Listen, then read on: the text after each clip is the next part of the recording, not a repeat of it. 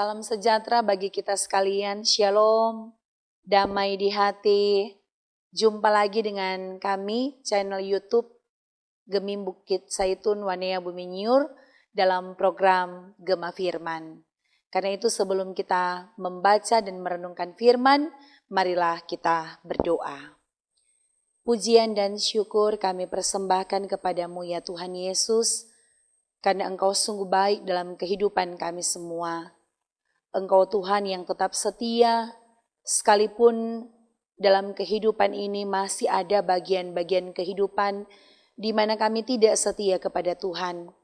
Namun betapa kasih dan setia Tuhan tetap menjadi bagian kehidupan kami semua. Karena itu kami bersyukur dan berterima kasih atas segala kebaikan-kebaikan Tuhan dalam kehidupan kami.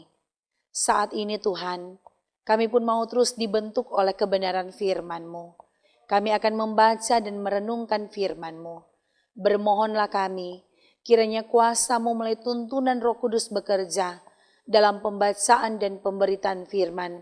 Agar firman yang kami baca, kami renungkan bersama. Firman ini menjadi pegangan. Firman ini akan menjadi pedoman dalam langkah-langkah kehidupan yang kami jalani. Berfirmanlah ya Tuhan Yesus, kami mau mendengar dan melakukannya. Amin. Saudara-saudaraku yang saya kasih dalam Tuhan, kita akan membaca bagian firman dari Injil Yohanes pasal 4 ayat 1 sampai 21. Yohanes pasal 4 ayat 1 sampai 21. Sebagian dari ayat-ayat dalam pasal 4 ini diberi judul Percakapan dengan Perempuan Samaria. Ketika Tuhan Yesus mengetahui bahwa orang-orang Farisi telah mendengar bahwa ia memperoleh dan membaptis murid lebih banyak daripada Yohanes, meskipun Yesus sendiri tidak membaptis, melainkan murid-muridnya. Ia pun meninggalkan Yudea dan kembali lagi ke Galilea. Ia harus melintasi daerah Samaria. Maka sampailah ia ke sebuah kota di Samaria yang bernama Sikar, dekat tanah yang diberikan Yakub dahulu kepada anaknya Yusuf. Di situ terdapat sumur Yakub. Yesus sangat letih oleh perjalanan. Karena itu ia duduk di pinggir sumur itu. Hari kira-kira pukul 12. Maka datanglah seorang perempuan Samaria hendak menimba air. Kata Yesus kepadanya, "Berilah aku minum." Sebab murid-muridnya telah pergi ke kota membeli makanan.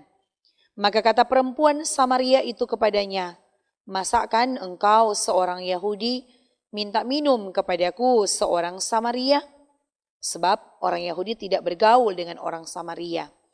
Jawab Yesus kepadanya, "Jikalau engkau tahu tentang karunia Allah dan siapakah dia yang berkata kepadamu, 'Berilah aku minum,' niscaya engkau telah meminta kepadanya, dan ia telah memberikan kepadamu air hidup." Kata perempuan itu kepadanya, "Tuhan, engkau tidak punya timba dan sumur ini amat dalam. Dari manakah engkau memperoleh air hidup itu? Adakah engkau lebih besar daripada bapa kami Yakub, yang memberikan sumur ini kepada kami, dan yang telah minum sendiri dari dalamnya, ia serta anak-anaknya dan ternaknya?" Jawab Yesus kepadanya, "Barang siapa minum air ini, ia akan haus lagi. Tetapi barang siapa minum air yang akan kuberikan kepadanya, ia tidak akan haus untuk selama-lamanya. Sebaliknya, air yang akan kuberikan kepadanya akan menjadi mata air dalam dirinya, yang terus-menerus memancar sampai kepada hidup yang kekal." Kata perempuan itu kepadanya, "Tuhan, berikanlah aku air itu, supaya aku tidak haus dan tidak usah datang lagi ke sini untuk menimba air." Kata Yesus kepadanya, "Pergilah, panggillah suamimu dan datang ke sini." Kata perempuan itu, "Aku tidak mempunyai suami." Kata Yesus kepadanya, "Tepat katamu bahwa engkau tidak mempunyai suami, sebab engkau sudah mempunyai 5 suami, dan yang ada sekarang padamu bukanlah suamimu. Dalam hal ini engkau berkata benar." Kata perempuan itu kepadanya, "Tuhan, Nyata sekarang padaku bahwa engkau seorang nabi. Nenek moyang kami menyembah di atas gunung ini. Tetapi kamu katakan bahwa Yerusalemlah tempat orang menyembah. Kata Yesus kepadanya, percayalah kepadaku hai perempuan, saatnya akan tiba bahwa kamu akan menyembah Bapa bukan di gunung ini dan bukan juga di Yerusalem. Demikianlah bagian firman yang boleh kita baca dari Injil Yohanes pasal 4 ayat 1 sampai 21. Saudara-saudaraku yang saya kasihi dan mengasihi Tuhan Yesus Kristus, bagian firman yang telah kita baca dalam Injil Yohanes 4 ayat 1 sampai 21 ini menceritakan tentang percakapan yang terjadi antara Tuhan Yesus dengan seorang perempuan Samaria. Dan percakapan itu terjadi pada pukul 12, kira-kira pada pukul 12 setelah Yesus meninggalkan Yudea dan kembali lagi ke Galilea. Dalam perjalanan yang panjang yang harus ia tempuh, maka sampailah ia di kota Samaria yang bernama Sikhar, dekat tanah yang diberikan Yakub. Dan di situ terdapat sumur Yakub. Nah, disinilah awal percakapan yang terjadi antara perempuan Samaria dengan Tuhan Yesus. Ketika Tuhan Yesus duduk di dekat sumur Yakub, maka datanglah seorang perempuan Samaria seperti yang dikatakan dalam ayat 7, hendak menimbah air.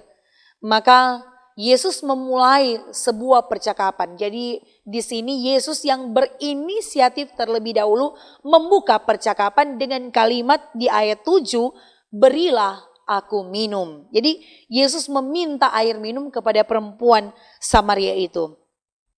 Dan permintaan Tuhan Yesus itu direspon oleh perempuan ini dengan berkata pada ayat 9. Masakan engkau seorang Yahudi minta minum kepadaku seorang Samaria? Dalam tanda kurung, sebab orang Yahudi tidak bergaul dengan orang Samaria. Tentu ada yang melatar belakangi, ada yang menyebabkan mengapa sampai orang Yahudi tidak bergaul dengan orang Samaria. Pada abad 8 sebelum Masehi ketika terjadi perang, maka ada kebijakan yang diambil, yaitu orang-orang kafir dan orang-orang Samaria, mereka ditempatkan pada satu tempat yang sama. Dan ketika mereka ditempatkan pada satu tempat yang sama, maka terjadilah kawin campur di situ. Dan selain terjadi kawin campur, orang-orang kafir dan orang-orang Samaria itu juga mereka sudah ada penyembahan berhala.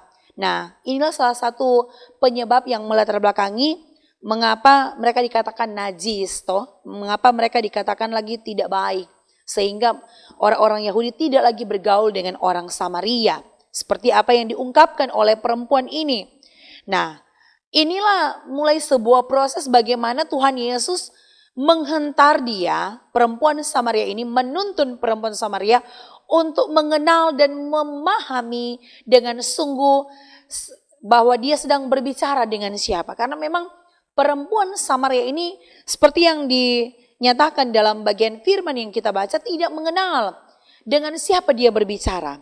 Karena itu Yesus menjawab apa yang direspon oleh perempuan Samaria, jikalau engkau tahu tentang karunia Allah, ayat 10, dan siapakah dia yang berkata kepadamu berilah aku minum, niscaya engkau telah meminta kepadanya, dan ia telah memberikan kepadamu air hidup.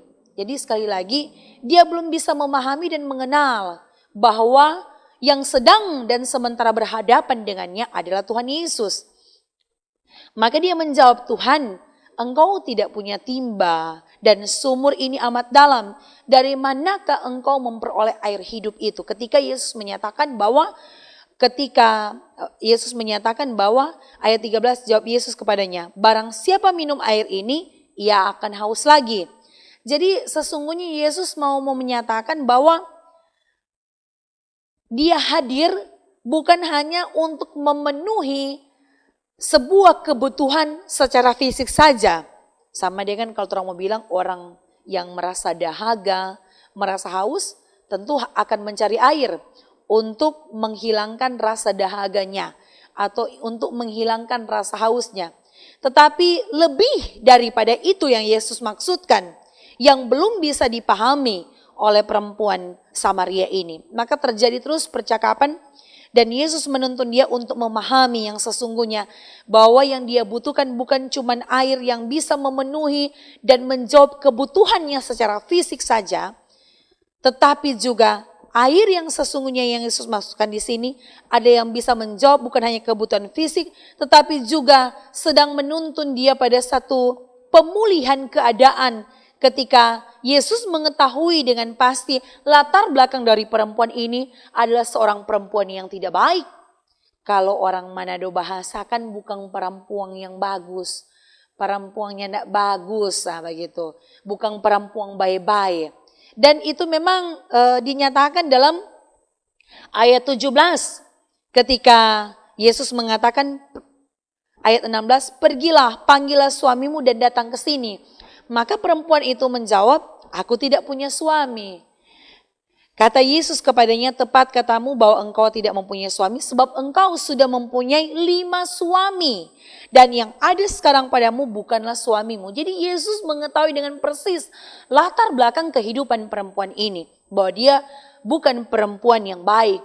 Bahkan pun ketika kita membaca dalam ayatnya yang ke-7, ketika perempuan ini datang menimba air di sumur Yakub, dia melakukan pekerjaan ini, dia melakukan aktivitas ini bukan pada waktu yang ditentukan. Dalam budaya pada waktu itu, ketika menimba air harus dilakukan pada pagi hari sebelum matahari terbit atau menjelang sore sebelum matahari terbenam.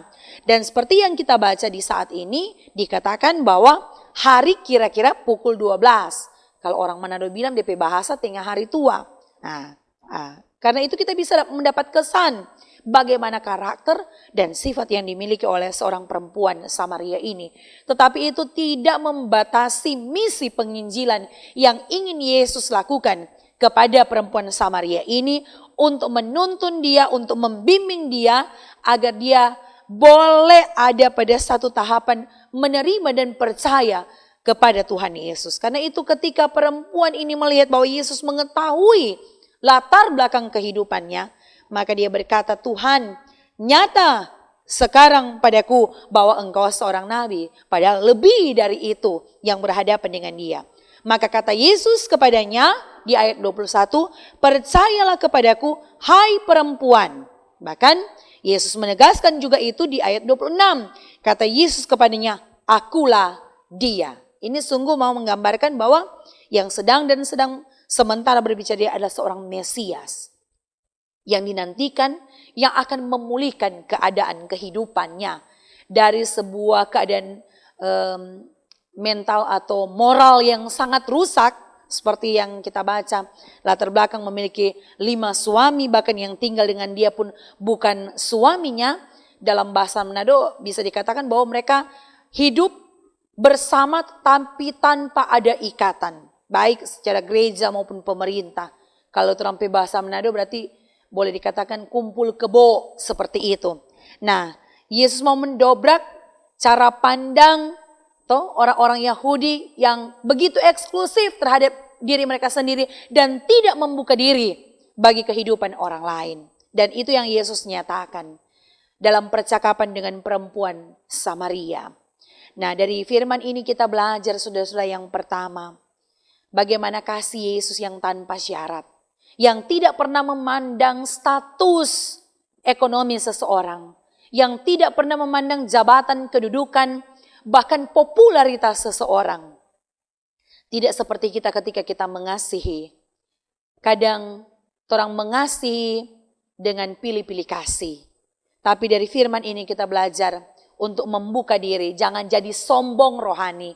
Seolah-olah kita merasa di paling benar, paling baik, sehingga kita menutup diri bagi kehidupan orang lain juga yang sesungguhnya menjadi tugas kita semua untuk menginjil kehidupan orang lain.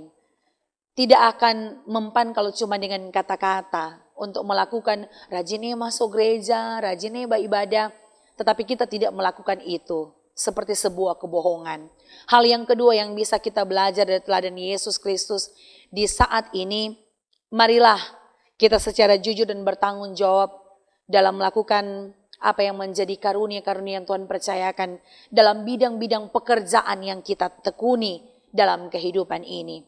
Dan tentunya kita sangat membutuhkan kehadiran Yesus dalam kehidupan kita, sebagaimana air dalam kehidupan yang sangat kita butuhkan.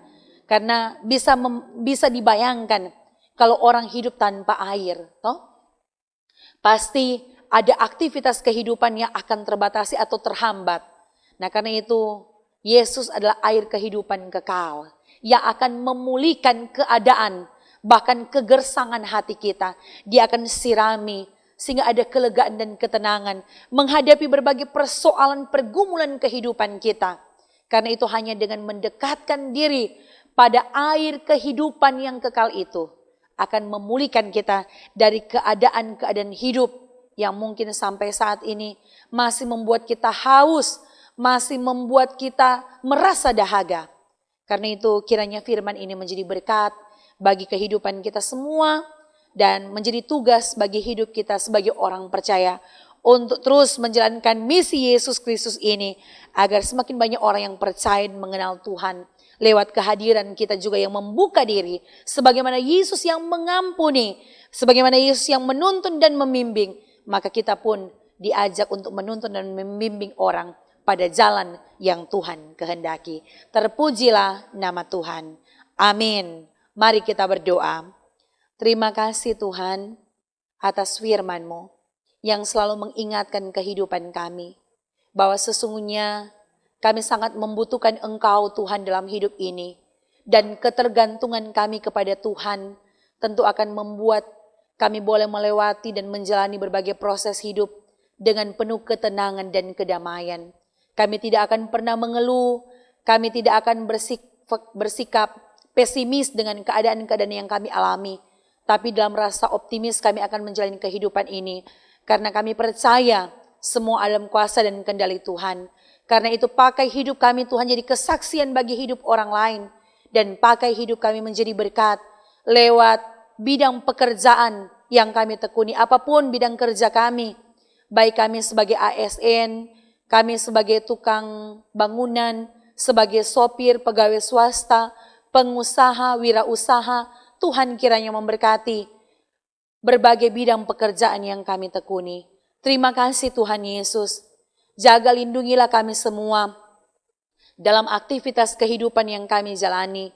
Dan biar kami selalu menggantungkan pengharapan kami hanya kepada Tuhan yang akan memberi kelegaan kepada kami dari rasa dahaga yang seringkali kami rasakan dengan begitu beratnya pergumulan, permasalahan kehidupan yang harus kami hadapi. Kami percaya kami akan dipuaskan oleh air kehidupan kekal, yaitu Engkau Tuhan dalam hidup kami. Terpujilah nama-Mu Tuhan Yesus Kristus. Ini kami yang berdoa sambil mengucap syukur. Amin. Demikian untuk pembacaan pemberitaan firman. Semoga kita terberkati dengan kebenaran firman yang boleh disampaikan. Shalom, damai di hati.